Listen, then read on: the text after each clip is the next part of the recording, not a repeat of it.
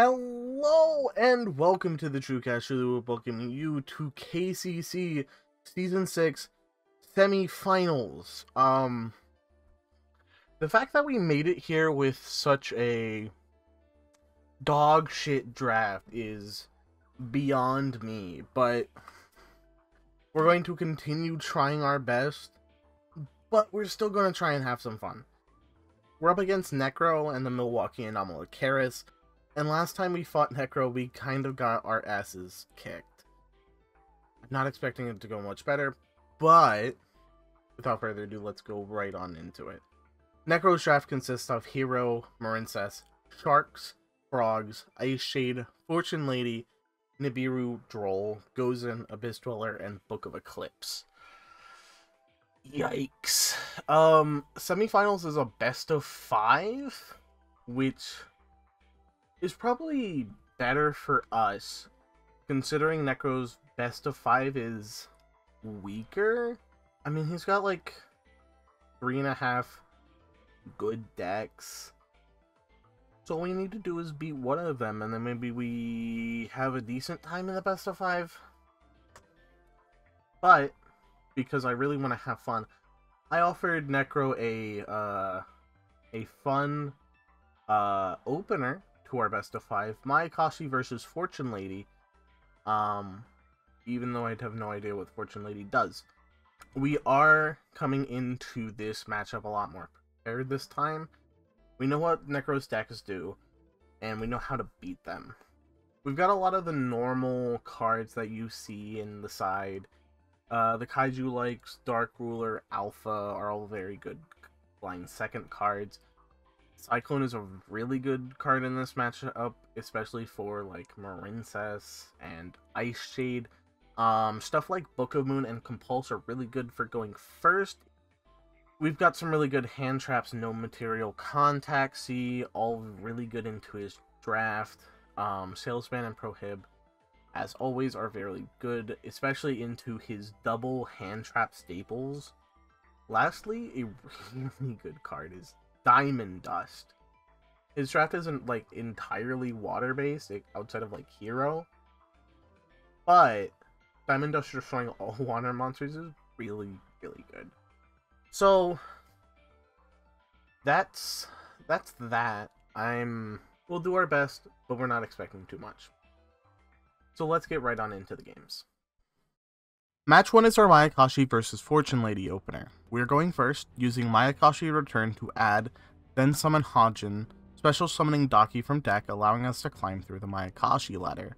We double dip through the link portion to use Icicle's Revive effect on Gasha Dekuro, allowing us to use Gravity Collapse on Necro's turn for the summon of Fortune Lady Pass, essentially locking him out of the game and getting us to lethal on the following turn. Match 2, we're going second, and I'll reiterate that I'm not entirely sure what this deck is supposed to do. Regardless, with no interruptions, Necro starts by activating Fortune Vision to search Past, summoning it and activating Calling for Light, then removes it from field with Past to summon Water, drawing him 2 cards. Necro then activates Fortune's Future to draw 2 more, then Into the Void and Upstart. Oh, it's this version, isn't it? Okay. Mallet kinda confirms it, especially as he synchros into Charge Warrior, then uses Ding Synchro to trigger Water again. Mallet will shuffle and draw more, allowing him to get to another Water in rotation. And oh, that's 4 pieces of Exodia. We're going to lose, aren't we? Another 4 cards off the top, 1 day apiece. Mallet, End Phase? End Phase. Think fuck. We were so close to going to a Game 3 versus this deck. Alright, our next match is Crusadia versus Ice Jade. I was expecting a higher tier deck first, but this is fine. We start with Eldin for Eldritch, forced to just set Impermanent Pass with a hand like this. Necro starts with Cradle for Adrian, summoning it to search the field spell. Cosmic Lore and Curse in the hand establishes a nasty lock, but we've prepped for something like this.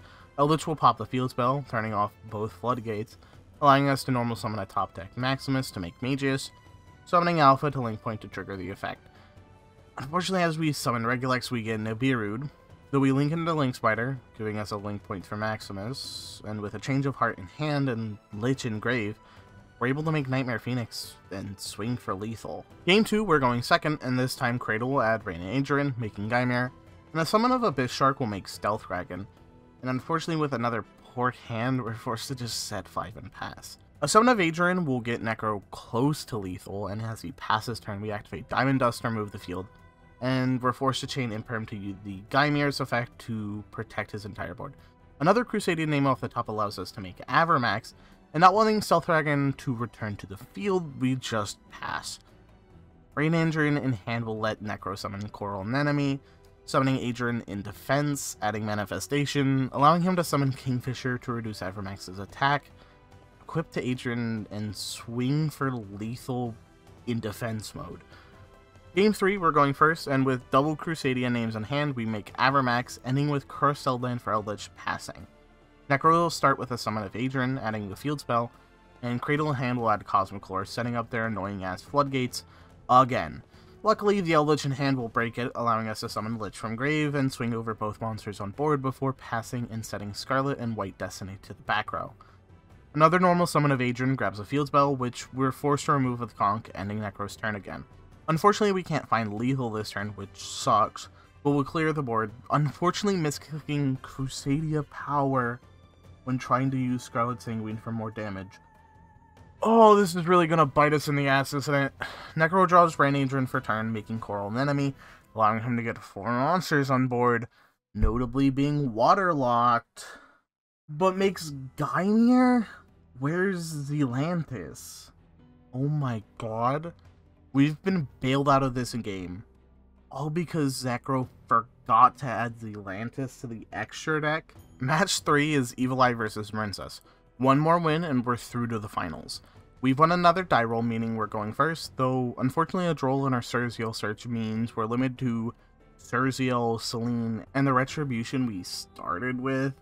Unfortunately, it's forced to be used on the Cosmic Cyclone he's opened, and unfortunately a Rain Adrian means we can't use the pop on anything, and I've seen enough.